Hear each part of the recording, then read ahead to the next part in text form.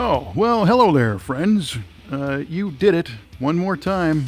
You hit that play button on yet another Kevin, another Stenic episode of V8 Radio. Stenic? What? That's too many consonants in a row there. It's a few. It is. You're right. Stenic, meaning of or having a high or excessive level of strength and energy. Oh, well then better turn it up over here. Oh, yeah. We're at 11 already. Sthenic. So, what does cala mean? Calisthenics are exercises, right? Yeah. To build strength and Yes. look at that. Nice. I love how you put that together. Very good. Don't know what it means, but you have tuned into the V8 Radio podcast. I'm Kevin Oster, your host, joined as always by our esteemed co-host, Mr. Mike Q-Ball Clark. Feeling lots of energy today, my friend. You look very sthenic. Thank you. As You're do welcome. I appreciate that. You bet. And for those who know our routine, it's going to happen again. For those who don't know, we start every episode here with an automotive-related trivia question of some sort. And we ask it in the beginning and answer it at the end in kind of a feeble attempt to bribe people to stay with us. So have you, in fact, prepared a trivia question? I have, and I think it's working because we've been getting a lot of views, a lot of listens and downloads recently. Yes, and we totally appreciate that. And in fact, we got a new look, but the same great taste. Same great taste. Tastes great, less filling. That's right. That's right. Well, I realized that our previous V8 Radio logo, I thought was pretty cool. It was the V8 thing, and then in a speedy, vintage script-looking font, it said V8 Radio. Little did I realize that was like impossible to read, especially on a phone screen, right? Right. So people were skipping right over, going, because it looked like Sanskrit or something. So Comic Sans. Yeah. So we redid that, and I think it came out pretty neat because now it's got. You did a great job on that. It really looks great. I love the white letter, raised white letter tire look on the tire on that. It was really cool. Yeah. So the tire across top, and then the bottom is our vintage car radio, but tuned that up a little bit, made the display look a little bit more like a 70s receiver with the blue. Yes, so there a very particular 70s receiver. Well, no, to tell you the truth, that was kind of generic. I mean, there was the it? Marantz did it, Sansui did it, Pioneer did it. Oh, okay. A lot of different companies use that blue a popular look. 70s color, I guess. It was, but it's inviting. It is. It is. Yeah. I'm ready to jump right into the show. I'm inviting you to go with your trivia question. What do you got? I love it. Okay. All right, here we go. This one's a nice softball for you in appreciation for the softball you gave me last time. So, Kevin, you see on a lot of Dodges running around that say they have an SRT badge on them. So, short, sweet, to the point, what does SRT stand for? SRT on the Dodge. Is Dodge is still a brand. It's yes. the cars. Yeah. Correct. It's no longer Dodge truck, of course. No, it's Ram truck. It's Ram. Yeah. Okay, SRT. That's a good question because RT used to be road track. Mm-hmm. And a lot of people would get that confused, the road and track, but it was a slash. It was just road track. Correct. So I'm going to say it takes that one level higher to street road track. Street road track. Yeah, because I know SVT on the Ford side is special vehicle team, SVO is special vehicle operations. This is one of those things that I actually never made it around to looking up. TRD is Toyota Racing Development, right? Correct. The turd. SE, of course, special edition. So I just think they smashed all that together. Okay.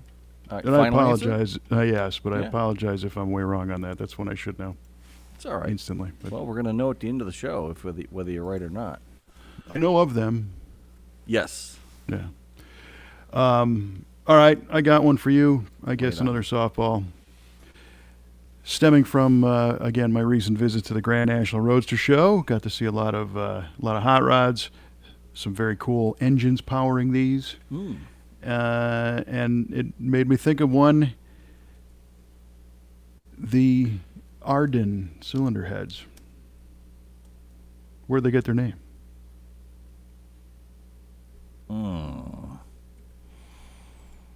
Arden cylinder heads. Yeah. Oh, man. And for the bonus, I guess, Oh, gosh. judging by your response, what are Arden cylinder heads? Well, that was my first question. Oh, my goodness. Arden cylinder. I've heard of them, but like SRT, I never really got around to knowing exactly what they are. Nice. Well played. All right, so this is going to be a good one. I'm trying to formulate something good in my head here. Arden cylinder heads are. They are. The question is, what are they? Correct. That's the Yes. question. Yeah. Okay. Yeah. Special race trim? I'm sorry. No Stuck on backtracking. the sir. SRT. Yeah. No backtracking.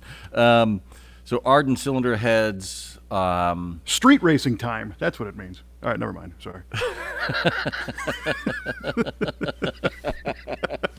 No, nice filler. I appreciate that. Arden cylinder heads are a special forging of cylinder heads where they achieve a greater level of hardness than a standard forging or casting would achieve. Wow. I guess that would be beneficial if you're going to Right, port them or 2,000 machine horsepower. them. Yeah, right. Yeah. A higher level of hardening. Yeah. Through heat treating processes and the such. Awesome. Could be. That's a long answer. I got to type all this up. I know. All right. Okay. Well, is that your final answer? That is certainly my final answer, sir. All right. Well, we will find out soon enough. Yes, indeed. Because this show flies right by. So the answer will be here before you know it. In the blink of an eye. Mm-hmm. Oh man! So you just you posted a sweet picture of a Trans Am being painted recently on the V8 Facebook site. Oh yeah. Man. Yeah. That got some love. That thing is looking great. Yeah. No, thank you. And that's all a tribute to our metalwork, bodywork, and paint team. Those guys, Tim and Jeff in particular. Tim Day, the body man, and Jeff Whitlick, the painter. That car it's got a great story. That's another one that was purchased by our customer's dad knew. Cool. And the customer picked out the color when he was 3 years old. Really? Yes, and he picked the platinum silver. Wow.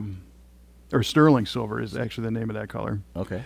And it's got a maroon interior, so it's a really cool color combination. And it came to us, and we did an engine rebuild on it. It's a 77 400 car. So Oh, cool. interestingly ordered with no hood bird. Oh, wow. Interesting. So it's a Trans Am with just a few badges. Of course, the rear wing. And this was an interesting restoration because we had to keep a lot of that stuff. We kept, this guy wanted his car back, and we've talked about this before where sometimes people bring us a car and they design something different, or we come up with a different color or a whole new look. Right. And they love the car, but it loses the connection sometimes. Right. The familiarity, anyway. Yeah. Sure. Well, that didn't happen on this one. I mean, he just wanted his exact car, but brand new with better performance. Okay. So a couple of interesting things on that one. The side mirrors, the sport, bullet mirrors, are painted black. Are they really? Yep, and we're going to redo them in black. That's just how, I think his dad painted him that way. Oh, okay. So they weren't original. They were body color originally. I see. Sure. There is a pop-up sunroof in the car, and normally we would unrestore that out of it because Yeah. it's not an original thing, Right. and sometimes sunroofs are more problems because of the leak and all the rest. And as the roof skin was not rusty or anything, so we looked at it and said, yeah, I mean we can do this. So we resurrected and saved the sunroof, and then a couple little things like the fender spats, the flares on the front and the back. The Trans Am had them, in front of the front wheels and in front of the back wheels. This car came in with front and back, so on both sides of the wheel opening, it has a really? flare. And it actually looks pretty cool. A lot of people were asking, where do you get those? And again, it was something that I think his dad had done or installed. The car had been painted once before, many years ago. It had a small fender bender and some rust, I think, that they fixed. And I think that's maybe when they added that. But it gave it more of a road race kind of look. Sure. Yeah. And then it had a third brake light that his dad installed Get before outta they here. were mandatory in this country. Huh. He said, I need visibility, and he thought that was a good way to do it. So. Nice. That was actually a V8 radio trivia question at one time. That's right. What was the year The first that was year. mandated? And what was it, 86? 86 model year, yes, sir. Yeah, see? I listen to the show. Good man, good man.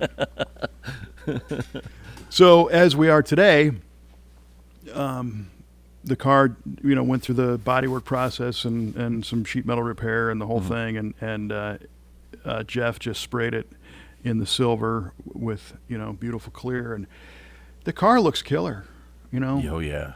And I love that stage of the game where it's this pristine, in the paint booth with all the lights on it, and it's masked off, and Yeah. and the color is super nice. And to be honest with you, sometimes it's challenging to share those kind of pictures because I think the perception by a lot of people is that that's the way it's going to look. This is fresh paint. And in our case, like most good paint shops, that's going to get wet sanded and buffed, Sure. and it's going to be a lot flatter of a surface, Deeper and just Yeah. really pop. Yeah. And if there's, it's typical that you'll have a piece of dust in the paint here and there Yes. that you sand out, and buff.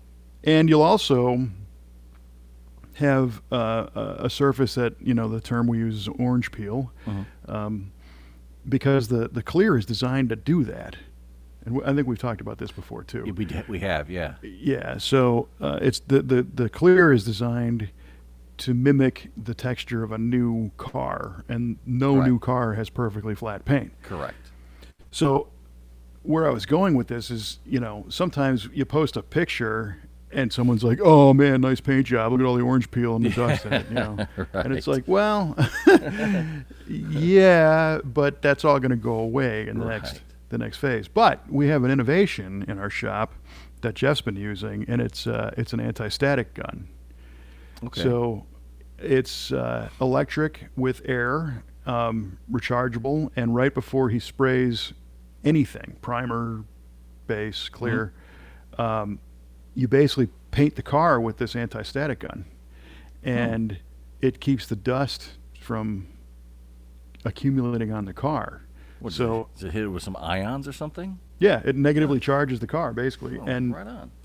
as you spray, because we have a sophisticated downdraft paint booth, but like I said, it's impossible to filter out every little tiny last Right. little piece of everything. But oh man, our paint job's cleaner with that. Really? It made a huge Oh, difference. neat. A huge difference that I didn't really realize was there.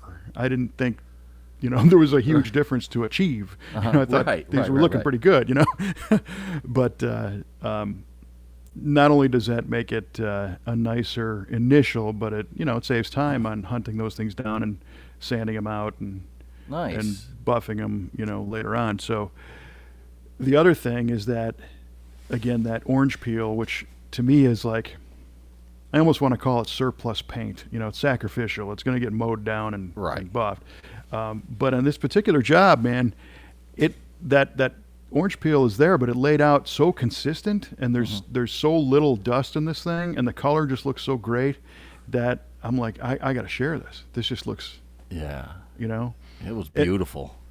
And if this was a modern production car that went through the body shop, I guess, you drive it out of the booth and it's done. I mean, it wouldn't need any painting or sanding and buffing. It looks like today's modern finish texture. But no kidding, that's amazing. It's cool. And of course, the people, again, that know how to do this stuff make all the difference. And yes, Jeff's no stranger to the process. And the other fun thing is, and here's an insider tip, when you look at cars in the paint booth, our booth, most booths have a bunch of vertical or horizontal tube lights, fluorescent. Ours are all LED. Those lights are a dead giveaway if you've got wavy bodywork. Is that right? Well, you look at the reflection in the car. Sure. And if the light tube, itself reflects with a little wobble in it, that there's something going on there. Yeah. And I looked at this one, and Jeff said this is probably the flattest, straightest Trans Am hood he's ever sprayed. No kidding. Tim just killed it on getting this thing straight. Because those hoods, they're actually kind of flimsy. They got a big hole for the shaker hood, scoop, sure. And the substructure is, kind of compromised because of that. Yeah, it's a long hood too. For sure. Yeah. It's huge. Yeah. And they have, goofy hinges, and there's a lot of factors on. So next time you see a second gen F body, Camaro or Firebird, the Firebirds are more prone. The Camaro hood's got some contours in it. The Firebird's got less, and you'll see they it's hard to make them fit right and be straight and everything. Sure. But the reflections in the silver one that we shared was like, they're dead straight. It's cool. That is really, really cool. I remember that I was a kid, and the first time, one of the first car shows I remember going to, and this black Trans Am rolled through, and I'd never seen, and I never knew a paint job on a car could look so flat and beautiful and straight. And this was a black car, so it was going to show everything. And I was just mesmerized by this. I'm like, holy cow, that's what real paint looks like. I never thought that was possible ever. Well, and I think a lot of people look at that as they see it, and especially people who are, casual enthusiasts that aren't trying to do this kind of work on their own, and something about the car just looks really nice, and they don't maybe understand that a big part of that is the surface is a mirror reflection of everything around it. Sure. Which gives it a level of visual precision, if you will, when there's straight line reflections and things, and then no swirls and stuff. Oh yeah, for sure. So it makes a huge difference. Yeah. I learned the hard way about the proper stuff to use on your vehicle's paint to avoid swirls. When I had my '66 Le Mans when I was in the Air Force, my buddy and I we were going to wax it up and make it look great. Now I don't remember what we used, but when we got done, Comet, some Ajax. Yeah. But when we got done, that thing was the swirliest thing I'd ever seen in my life. I'm like, what on earth are we doing here? You morons. I'm like 19 years old. I don't know what I'm doing. It's tough, yeah. And that correction can take a lot of time too. You get a car in that's got swirls or water spots or bird residue stains. And if there's enough paint on it, you can wet sand that out and buff it. Right. But you're probably doing the whole car, and that's a few days to do that properly. Yeah. You got to tape mask off the trim or remove the trim, and all kinds of stuff. So it's a much better deal to get the good stuff and keep it protected. Agreed. I think part of getting back to looking at the picture of that Trans Am, I think part of the satisfaction and why I think I know why you like seeing it in that stage, but why I like seeing it in that stage is it's all blown apart, and you know that every part of that car, whether you see it or not, has been hit by paint and is going to be nice. It's not like Yeah. some of these quote unquote restorations where, say, you remove the inner door panel and it looks like garbage, but the outside of the car looks nice. Right. Yeah, no, it's a great point. We do certainly make sure the edges and the door jams and all that stuff. The body of itself was jammed with no doors, no trunk lid, no front Right. end. So the paint coverage is everywhere, Mhm. and then the doors and the body panels got sprayed on their own, and then it got put together and sprayed together on the outside so that it all Nice. matches. Yeah. On my GTO, when you open the door, my God bless my father. He was a very frugal man. I think he hired out the cheapest painter he could find when he had this car painted, my GTO painted. When you open the door, you can see a definite line where the proper Signet Gold is and where the color that this car was painted, which is close, but there's a definite line difference there. And I saw Yeah. it like, Dad, come on, man. But I'll tell you, man, the difference of doing the job without that line is a lot of time. I believe Doors got to come off, and part of it is then you start to uncover things, and the might as well syndrome kicks in. Well, you got to Yep. put new weather strip in. Well, you might as well rebuild the hinges, Yeah. and down the line. So Oh, yeah. I get it. We were shooting an episode of Muscle Car of the Week, and there was a '65 Mustang that was a mostly original car. And there was an interesting note on it that they said original paint in the door jams. Oh, really? Yeah, and it was that was a thing on that car. So they painted, I don't even think they painted the whole car, but they painted a lot of the outside, Uh-huh. and then left all that original paint in the jams. So you could see the color match. There was not much, you couldn't really detect the transition. So Is that somebody right? did it right. But it was cool to see, that original paint still in there somewhere. Yeah, It's- that's pretty cool. it's a thing. Yeah. Paint's definitely an interesting topic. People call us up all the time. Hey, I saw that picture of the Trans Am. How much to paint my car? Okay. Please don't be angry, but I simply cannot answer that question. No doubt.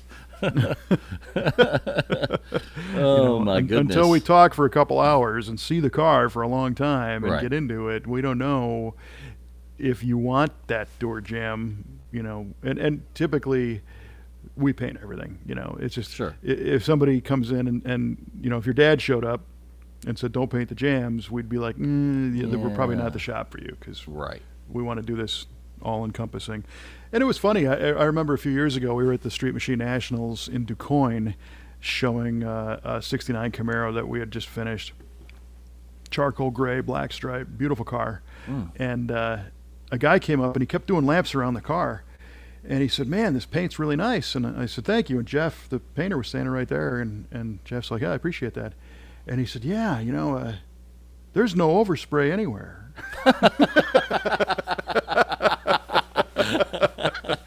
And you don't say.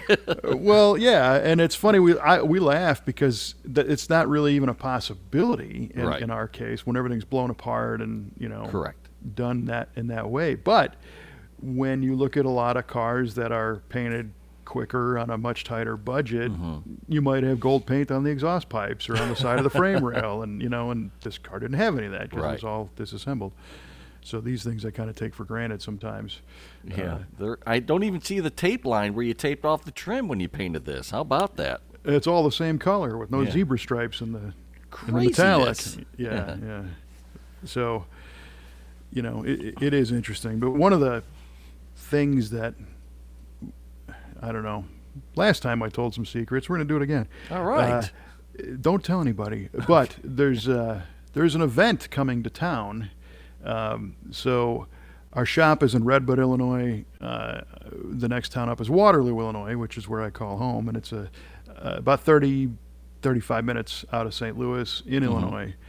And it's a small town, and I really dig that it is a small town. And an event called the Firebird Fest is going to come to town towards the end of May this year. Okay. And these guys have over 200 Firebirds from 25 states right now Get out of here. that are all going to visit on a Saturday from like noon to 4. And we got a really nice picturesque town square, and there'll be all the cars lined around the square. And Killer. they've got, I think they're only missing 2 years of Firebird at this point. They've got all the years represented that are coming out. Okay. And of course, they're going to have, a Burt Reynolds impersonator and a Buford T. Justice and Nice. all that stuff. And it's a weekend event. And other stops they're going to have there's a ZZ Top tribute band that's playing for the participants. Nice. And then north of here, there's a town called Grafton, Illinois, which is on the Mississippi River. It's a Mississippi River town, and they're staging a jump. I don't know who, but somebody's jumping a Firebird over the river. No. But you can't jump over the river; it's a little bit big for that. Yeah, it's a little wide. Yeah. Big muddy. But so they got all this fun stuff going on, and they had contacted us because one of the organizers, I think, lived in our town and really likes it, and said, "Hey, can I come to town?" Well, of course, so the mayor calls me saying, "Can you help these guys with this show? What can we do?" And I'm in another youth fundraising organization, and we're going to try and get some of those kids involved to hang out and help. So the end of the story here potentially is that how cool would it be to unveil this silver Trans Am at that show to the owner, give it back to him in front of all these enthusiasts? Oh, yeah. Yeah. Is it going to be done in time? I think so. I mean, so I told Trevor and the mechanical team, I said, I'm not, this is not a mandate or a deadline, but wouldn't it be cool? Yeah. So that seed's been planted. Okay. And everybody agrees it'd be really neat. And it just so happens I have the PA system for the town square, so we could do a nice presentation, and that'd be fun. So we'll see. Hopefully we can make that happen. Yeah, man, that would be so cool. Hopefully our Firebird owner isn't listening. That's one time I want someone to not be listening to the show. I mean, it's the green one. Yeah. Brewster Green. Brewster Green. the Vidoro Green 69 Firebird. That's what I'm talking about. There you go. Orange interior. So yeah, that's pretty cool. We'll see. That's cool. Well, just a minute ago, you mentioned the ZZ Top cover band. That makes me think of the Reverend Billy Gibbons. And has there been any movement on that front? There actually has not. Ah, come on, Reverend?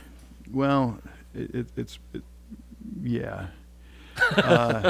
Yeah. I mean, I think his manager's doing his job and keeping the crazies away from the Rev. But I think I know somebody who has deeper contact info with the manager guy.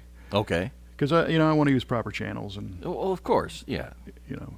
So this week I'll reach out to him to see if we can get there.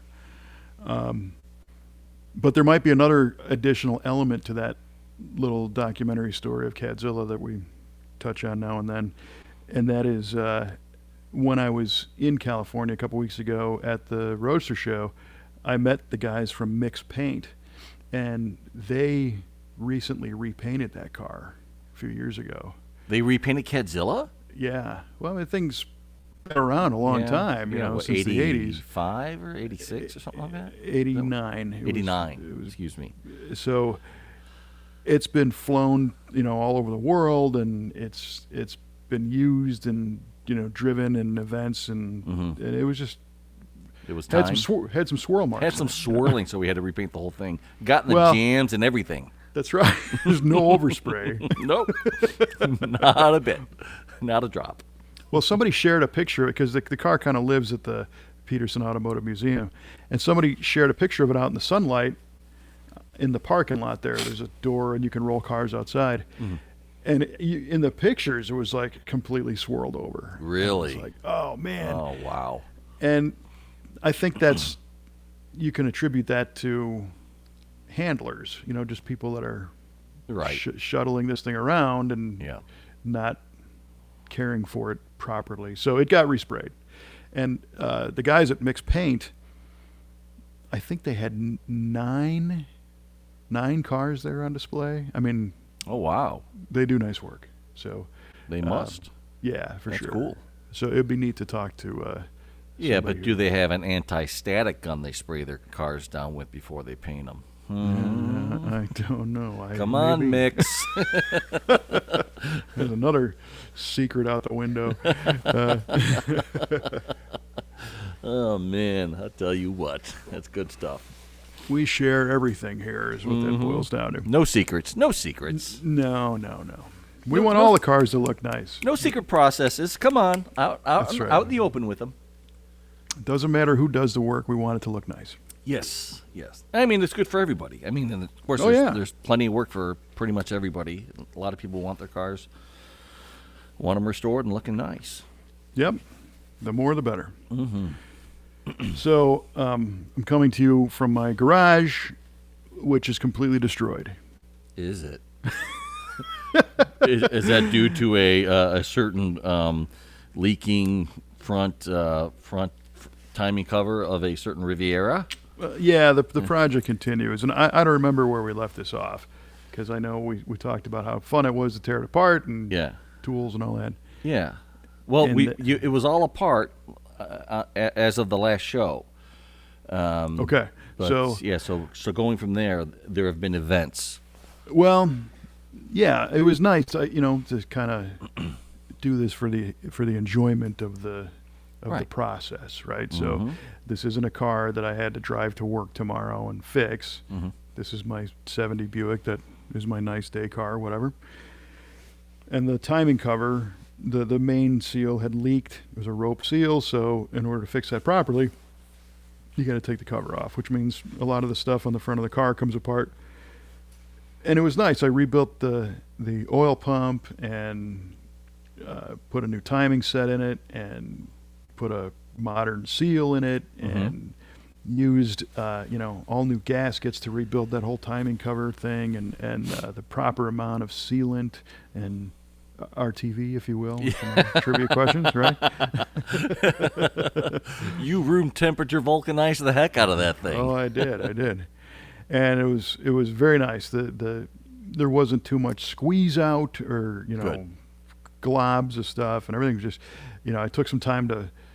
This car's got a factory installed electric fuel pump in the tank. It's a weird thing on these. So there's a factory installed fuel pump block off plate on the timing cover. Oh, okay. Because the other ones have a A mechanical mechanical pump, sure. other 455 Buicks.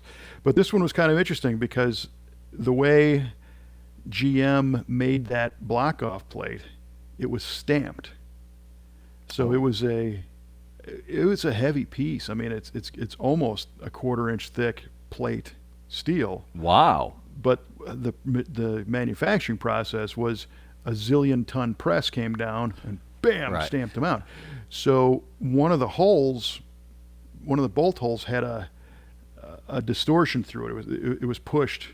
Oh, interesting. Like if you shot a bullet through it and it the exit wound, if you will, Yeah. it was peeled away, and that's how this one was. And you could see the stamping tooling mark on it, which tells me that I'm amazed the thing didn't leak oil everywhere out of that. Right, yeah. Because it probably didn't seal very well. So I took some time to file that down and make it all nice. Nice. All those little nice things. And so I put it all back together, and I had inspected all the hardware and cleaned all the hardware and tumbled it and, used the proper anti-seize and room temperature vulcanizing schmutz to, because some of the bolts go through water coolant passages and they got to be, okay. sealed off. And it's all going together pretty nicely. And doing the final round of torque with the torque wrench, and of course the last bolt just twists and breaks in half. Oh, man. And it's 2 inches in the hole, flush with the block. Oh, brother. So the timing cover's 2 inches, deep at this Right. point. And, it's aluminum, and you got this hole, and then inside there is where it mates the engine block, and that's where the bolt broke off. So I walked away at that point. Not a curse word uttered. But you know what? There wasn't. I wasn't that upset. Again, if I had to drive this thing to work in the morning, it'd be a totally different story. True. But I thought, you know what? This wasn't a bad process. So I would hate to have to take it all apart again, because all those new gaskets just got glued together, and I don't want to scrape all that stuff off and clean it up again. And Yeah. so, and we had talked briefly about peeling the oil pan down to get the crank scraper off to do the lower timing gear. I was able to get the gear out without dropping the pan. Well, that's good. Yeah, there was 1/1,000,000th of an inch of clearance to make that. That's all you need. That's all I needed, know. So I resisted. I relied on my worldly experience to not say, well, where that bolt is, it probably doesn't even need it, and it probably won't leak. Aha. And I said to myself, no, it's going to leak. Because my initial thought was, well, let's fire it up and drive it down to the shop and See what happens. see what happens. But if I need to fix this again, I could do it there, Uh-huh. on a lift, and probably be a little bit faster than doing it here and enjoying the process. But then I thought, you know what? I think I'm just going to take a whack at fixing this thing before I start it up, so that I don't everything isn't full of water again. I mean, I refilled the radiator, but it wasn't circulated through, and Oh, I see. it didn't have oil in it because I hadn't started. Oh, okay. Right. So It'll the be a lot pieces- cleaner just doing it as it sits. Yeah, if I have to take it apart, everything is still Right. clean. Yeah, I got you. So I went to bed and woke up the next day with a concept of, well, why don't you just fix it in place? Why take it apart? See if you can extract the broken bolt with the timing cover installed, and use that 2-inch deep hole as a drill guide. I was just going to say, you have your own built-in drill guide with the timing cover. Right. Yeah. Right. So the trick there is that it's aluminum, so you can't really screw it up. And it's a 5/16 bolt, and the hole in the timing cover actually is not true because it's cast. So it kind of flutes in shape. It's narrower in the middle than it is at the ends. Oh, boy. So a 5/16 bolt obviously goes right through. A 3/8 starts to go in and then stops, about half an inch in or something like that. So I'm just taking notes, and I went to the shop, and I thought, what would be the bolt broke with less than 20 foot-pounds of torque on it. Wow. So it's not like it's it's not really stuck too bad. Yeah, like a head bolt that's like 100 foot-pounds. Yeah. And Caleb, one of our technicians who's also a machinist, I said, what do we have, And he gave me it's a bit for a mill, for a Bridgeport mill or a lathe, I suppose, too, that has about a 1/4-inch pilot drill on the end of it, and then it's got a countersink flare with a drill thread in it, and it's a 3/8 shaft, and it's about 6-7 inches long, and it's double-ended. So if that little pilot breaks or dulls, you can flip it over and use the other side. So I went, oh, this is interesting, because now what I can do is run that in, and it's going to have a centered little pilot hole right in the end of my broken off bolt. Yeah. And that's always the problem. We try to drill into a broken bolt. Yeah. The bit wanders all yeah, over the it's wandering place. everywhere, yeah. And you screw up the threads. And then you let loose with the cuss words. Then it starts to become a different story. Yeah. Right. Because I thought to myself, if I got to take this thing apart, this engine's probably coming out. That's going to be the tipping point, and we're going to do this whole freaking thing. So, that the hole in the timing cover wasn't big enough diameter-wise to let that tool go through it. God bless America. But Come on. I have a nice letter drill set, so you got the fractions and you've got letter sizes. I don't know if you're familiar, but the fractions, the difference between a 5/16 and a 3/8 it's a big difference in a drill. Sure. But you can get them that are labeled with letters, A, B, C, D, E, F, G, H, I, J, K, that are like a couple hundredths bigger. Oh, interesting. Right. So it's a much more smaller step from one size to the next. All right. So I started with a 5/16 and I looked at it and I slipped it in the hole, and then I had one that just started to hang up in there a little bit. Uh-huh. I'll machine the inside of the hole out a little bit. Yeah, so I can get my tool through there. But then I realized I can't do it. I got to take the radiator out again, and there wasn't enough room there, huh? Yeah, so, but that was okay. I use a suction pump to change my oil and change coolant in that thing. So you just pump up the vacuum and stick the hose down there, and it sucks all the fluid out the top. And then I leave the lower radiator hose on and just kind of fold it up. I leave it on the radiator so that when I take the whole thing out, it's not pouring coolant all over the place. I got you. So that came out cleanly, and then I have these really cool tools. I don't get to use them very often, but it's a ratcheting line wrench. Really? Yeah. So it's an automatic transmission. There's two line fittings for the transmission cooler that attach to the radiator. Sure. And these wrenches, so a normal line wrench has how do you even describe it? It doesn't have straight jaws. It has a... Right. It wraps around more so than like an open-ended wrench would. Correct. So it covers, what, four out of the 5 or 4 out of the 6 sides of a hexagonal nut, rather? Right. And the mission there is to not strip off the corners of the fitting. Well, what these do is it's a wrench, and it has a pivoting head, so you can bend it to a 45 or a 90 or run it straight. And the jaws have the design of a typical line wrench, so they've got the additional reach, but it's split at the top, and there's a link with a spring. So the jaws are 2 pieces. Okay. And you're familiar with like an oil filter wrench or a chain wrench that you wrap it around something and you move it one way and it tightens. And if you release it, it lets go. Correct. That's how these work. So you open the jaws up with your finger, you snap it over the fastener, and then depending on which way you oriented the wrench, you either loosen it or tighten it. And as you crack it loose, you pull it back, and the spring jaw opens, and it goes, and then you grab it again, and it's a ratcheting type action. Yeah, it's awesome. It's so cool. I want that. Yeah, they're. I should find out. I'm gonna go grab one. So okay. I don't know. Tell everybody what you had for lunch or something. I'll be right back. All right, everybody. So. The menu for today was eggs over easy and some toast, and it was delightful.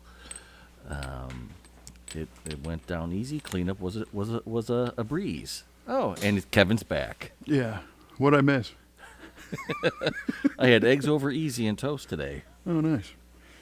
Just had a couple of microwave sliders. I'm not sure I should have done that. So. You can see this now. Oh, yes, I can. Oh, that's amazing. And that opens up. Love it. And then you just, do the thing. Theater of the mind, people. Oh, you got to see this. I know. Boy, they're cool looking. Oh, it all makes sense now.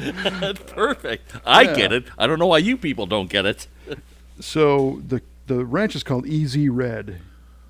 Letter E, letter Z, red, and I'm not even sure they still make them. I hope they do, because it's a really nice quality chrome piece, So back to the story. I was able to yank the radiator out in minutes without spilling anything, and I got to use my fun wrench, and So I chucked up the drill bits in my drill and started pushing them through one at a time. Just milling out a couple 100 thou of aluminum at a time. It's got to be satisfying. Clean it is. It was neat, and Yeah.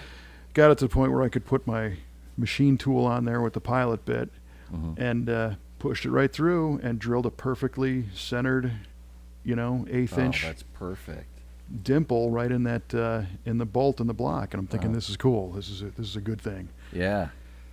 So the next step was, all right, how am I going to get this thing out of there? So I stepped up the drill holes a few times to be able to stick my bolt extractor, left-handed thread thing, which wouldn't grab. Oh, no. It didn't grab right. So I have some left-handed drill bits as well. Okay. So I put a 5/16 left-handed drill bit and ran it backwards, and it spun out of the block. Zoot. Oh, nice. But it's at the end of this 2-inch cavern, and there's a gasket in there. Oh, did it hang up on the gasket? Yes. So the dadgummit. quarter inch of broken bolt threads are being held in place by the gasket. And if you put a tool in there, it just spins, or you push it back in the block, and I don't want to do that. Right. So I need. That's where I'm at right now. Oh, really? I haven't won this battle yet. I'm so close, and I'm thinking, okay, what am I going to do here? So I'm either going to find a very small magnet that hopefully is powerful enough to overcome the grab of the gasket that's encased in room temperature vulcanizing material. Or if that doesn't work, I can try to push the thing back in and drill a bigger hole and get the extractor in there. But I think it's just spinning at the end of the. Oh, really? I think the whole. Is it possible to use your drill bits to kind of mill that gasket material out? I got to be careful. I get it. And the thing is, it hasn't been milled out yet, and I've run a 3/8 through there already, so it's at the end of the hole and it's flexible enough or whatever to where it's resisting. And now that little broken bolt is also at the end of that hole, so the drill bit won't contact the gasket because the threads of the broken bolt are there. All right. Right. Yeah. So I'm honestly thinking I took my sucker pump that I use to take the coolant and the oil out. Yeah. And let's try that.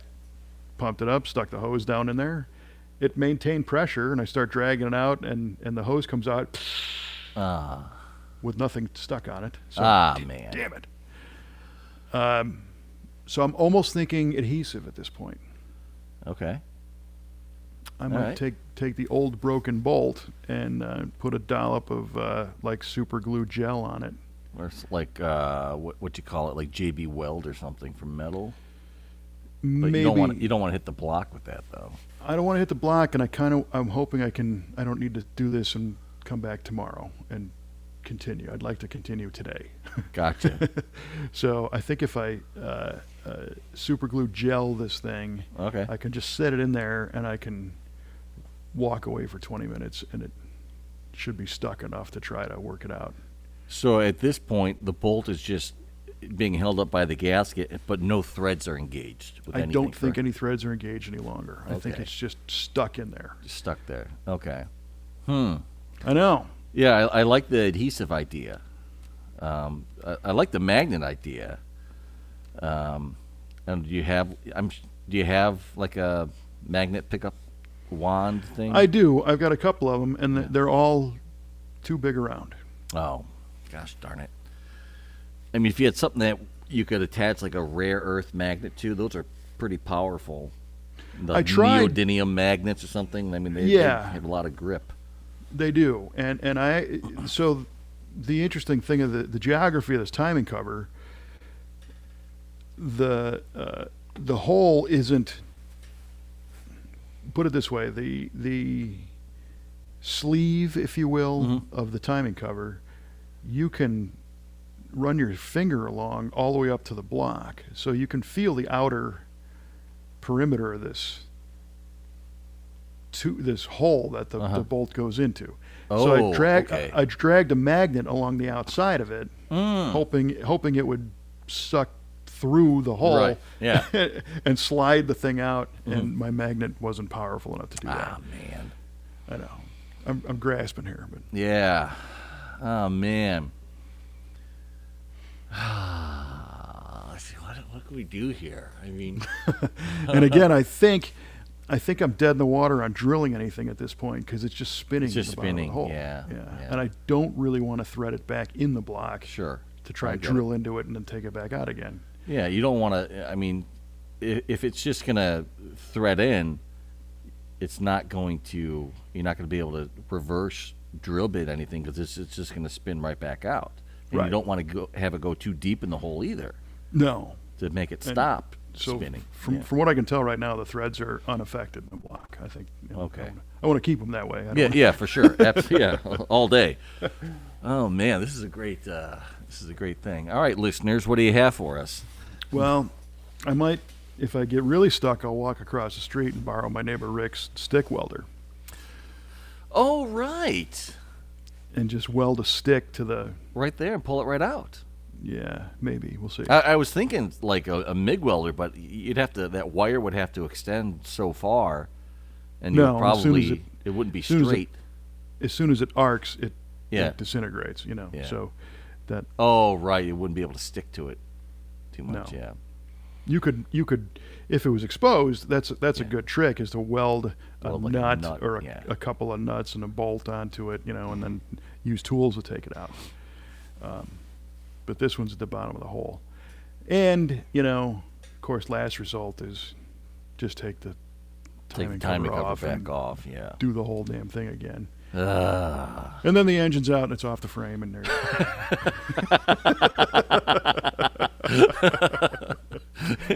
That'd be so great.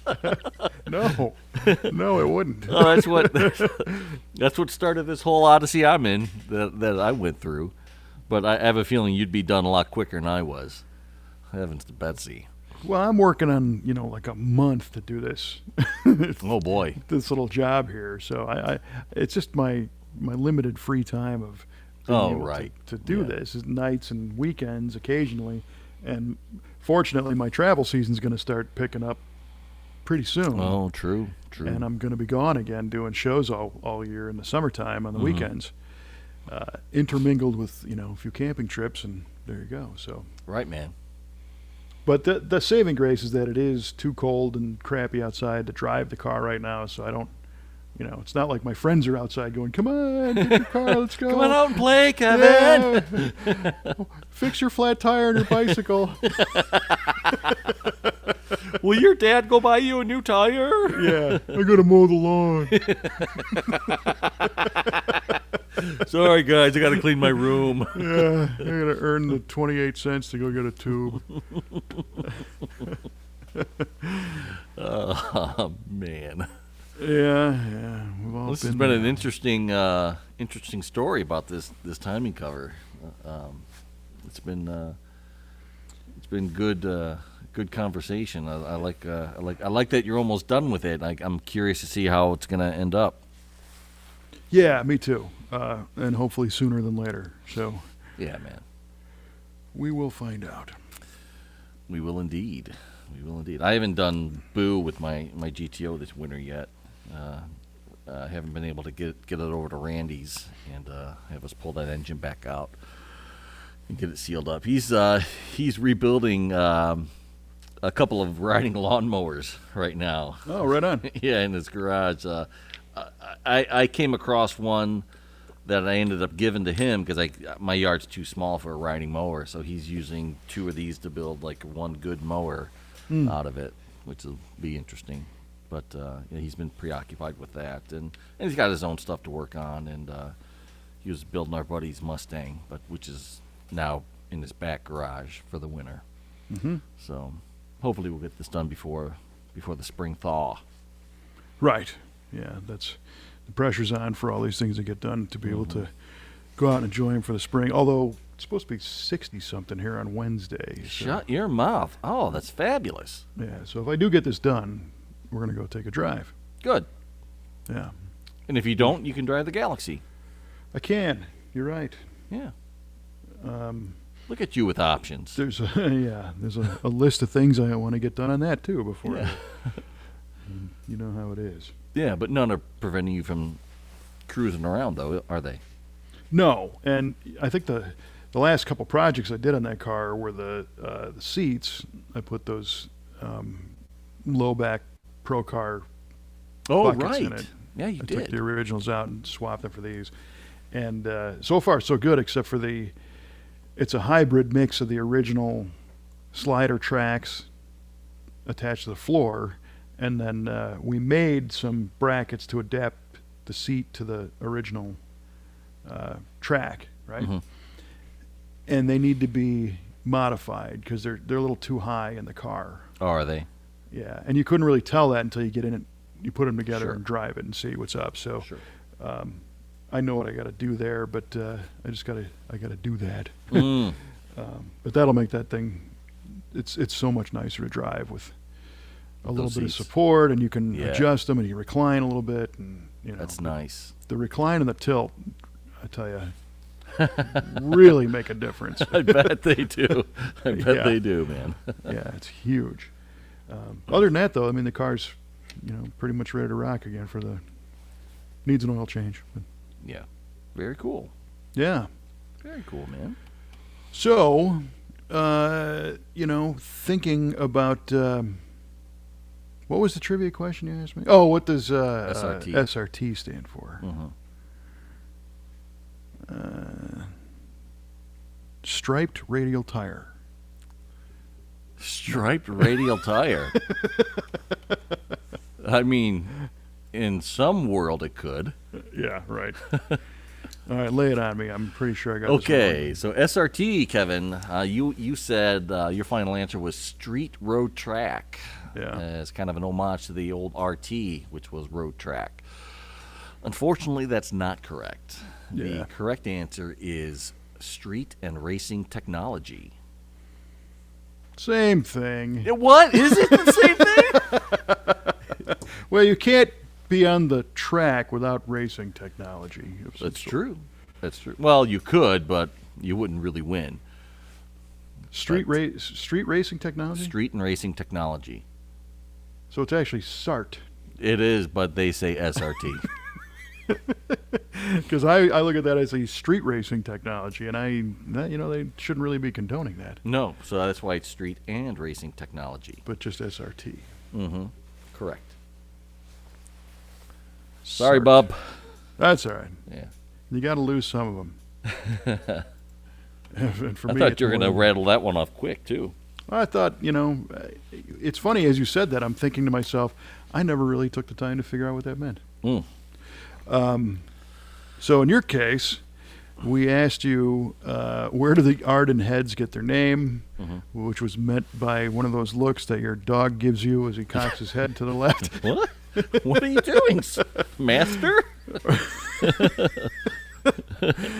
So your answer was a special forging that achieves a higher level of hardening through heat treating and such. And such, yeah. Mm-hmm. That's what I said. I said what I said. It's a great answer. Yeah. Unfortunately. Unfortunately, it's not exactly correct. Hmm. So the Arden head was an overhead valve conversion for flathead Fords, Ah, man. right? And the giveaway was that I was at the Oakland Roadster Show, or the LA Roadster Show, Yeah. and saw a couple of them. And there's one in the photo gallery that I posted on our website. But the Arden part is an amalgamation of Arcus Duntov. So Zora Arcus Duntov, the father of the Corvette, Yeah. before he was doing that, was making these high-performance overhead cam conversions, or overhead valve conversions for flathead Fords. No kidding. Gosh, and I knew I'd heard of Arden heads before, but by golly, I couldn't place it. But I won't forget again. You don't see them every day, but they are cool. Yeah. They are cool. Yeah. Ah, man. That's All all right. right. A couple losers here on the show today. At least it cancels out. Yeah, right. Right. Both, didn't tank the average too terribly. Right. Yeah. All right. Well, this was interesting, and I am now going to get back to getting the stupid bolt out, and Okay. we'll report our findings soon. If you enjoyed hearing about my perils, My trials and tribulations. that's right. You can click the subscribe button. Do that on the Apple thing because we've been moving up, and Yeah. the amazing thing about Apple Podcasts is that the ratings are so dynamic. They really, really are. It's like real time. Uh-huh. And it's like, oh, you went up 3 because some guy listened for 10 minutes, and then Yeah. you're down 6 now. I mean, it's crazy. But it's an interesting project for us to see where we can chart on these things. So Yes. subscribe on the Apples or anywhere else. And the Facebook page, you can see our new logo there, and of course Instagram and all the rest of it. And any And, feedback. And you can see it on your podcast feed. That's right. Yep. Yes. And any thoughts or feedback, we're always happy to read those and appreciate all the positive ones. We get a lot of them. Thank you so much. Thank you very much. Yep. Yeah. Good stuff. All right, my friend. All right. We did it. We did it, and you can tell I'm kind of giddy about getting back to it. So Yep. that's all we got for this episode, but more to come next time on VA Radio.